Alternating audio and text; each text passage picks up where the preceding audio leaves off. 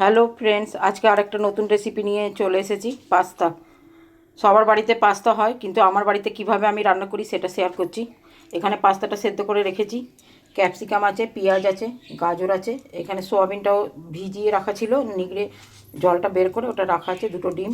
আর এখানে চিকেন আছে কিছুটা। এবার অল্প তেল দিয়ে চিকেনটা নুন আর গোলমরিচ দিয়ে ভেজে নেব। অল্প নুন দিলাম, যেটুকু লাগবে চিকেনটার মধ্যে। এবার একটু গোলমরিচ দিচ্ছি। এবার ভেজে এটাকে বের করব, তারপর দেখাচ্ছি। চিকেনটা লাল লাল করে ভেজে বের করছি। চিকেন ভাজা হয়ে গেছে, এবার সোয়াবিনগুলো ভাজবো একটু নুন দিয়ে। একটু ভালো করে লাল লাল করে ভেজে বের করে তারপর দেখাচ্ছি। চিকেনটা ভেজে নিয়েছি এখানে, আর এটা সোয়াবিনটা ভাজলাম এক্ষুনি। আর এটা দেখাতে ভুলে গেছিলাম, একটু মানে রসুন কুচি লাগবে আর লঙ্কা কুচি। আর এখানে তেল দিয়েছি, আর ডিম দুটোকে ভাজবো এবার একটু নুন দিয়ে, একটু গোলমরিচ দিয়ে ভেজে তারপর দেখাচ্ছি।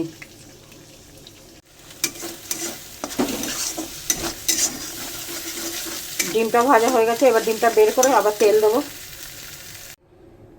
তেল গরম হয়ে গেছে, এবারে রসুন কুচি আর লঙ্কাটা দিয়ে দিলাম। এটা একটু ভাজা হলে তারপর পেঁয়াজটা দেবো। পেঁয়াজটা দিয়ে দিলাম। পেঁয়াজটা একটু নাড়িয়ে তারপরে ক্যাপসিকাম আর গাজরটা দিয়ে দেবো। পেঁয়াজটা হয়ে গেছে, এবারে গাজর আর ক্যাপসিকামটা দিয়ে দিলাম। এবার একটুখানি ভাজা ভাজা হলে সস দেবো। সবগুলো ভাজা হয়ে গেছে, এবারে সয়া সস আর টমেটো সস একটু দিয়ে দেবো আন্দাজ মতো। এবার ভালো করে মিক্স করবো, তারপর পাস্তাটা দেবো। আর আন্দাজ মতো নুন দিয়ে দিলাম যতটা লাগবে। সবগুলো হয়ে গেছে, এবারে পাস্তাটা দিয়ে দিলাম। এবার ভালো করে এটাকে মিক্স করে তারপর দেখাচ্ছি। ভালো করে মিক্স করা হয়ে গেছে, এবারে চিকেন ভাজাটা দিয়ে দিলাম, সয়াবিন ভাজাটা আর ডিমটা। এবার ভালো করে মিক্স করবো, আর একটু গোলমরিচ গুঁড়ো দেবো লাস্টে দিয়ে ভালো করে মিক্স করে দেখাচ্ছি। এবার একটু গোলমরিচ দিয়ে দিলাম।